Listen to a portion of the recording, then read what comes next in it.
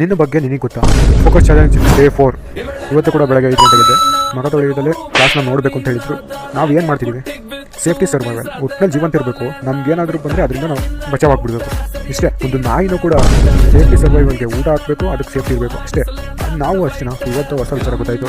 ಪ್ರಾಣಿಗಳದ್ದು ಏನೇನು ಡಿಫ್ರೆನ್ಸ್ ಅಂದರೆ memory, power of imagination, power of choice. Education ಸಿಸ್ಟಮಲ್ಲಿ ಏನೇನೋ ಬಗ್ಗೆ ಐತೆ. PhD, ಅದು ಇಂಜಿನಿಯರಿಂಗ್, ಇದು ಇಂಜಿನಿಯರಿಂಗು, ಅದು ಕೋರ್ಸ್, ಇದು ಕೋರ್ಸ್ ಅಂತ ಏನೇನೋ ಐತೆ. ಎಜುಕೇಷನ್ ಸಿಸ್ಟಮಲ್ಲಿ ನಮ್ಮನ್ನು ನಮಗೆ ಪರಿಚಯಿಸಿಲ್ವಲ್ಲ. ನಾವು ಏನು ಅಂತ ನಮಗೆ ತಿಳಿದಿಲ್ಲ. ನಾನೇನು ಅಂತ ನನಗೂ ಗೊತ್ತಿಲ್ಲ. ಶಾರ್ಟ್ ಎಕ್ಸಾಂಪಲ್, ನಿಮ್ಮ ಹತ್ರ BMW ಗಾಡಿ ಅಂದ್ಕೊಳ್ಳಿ.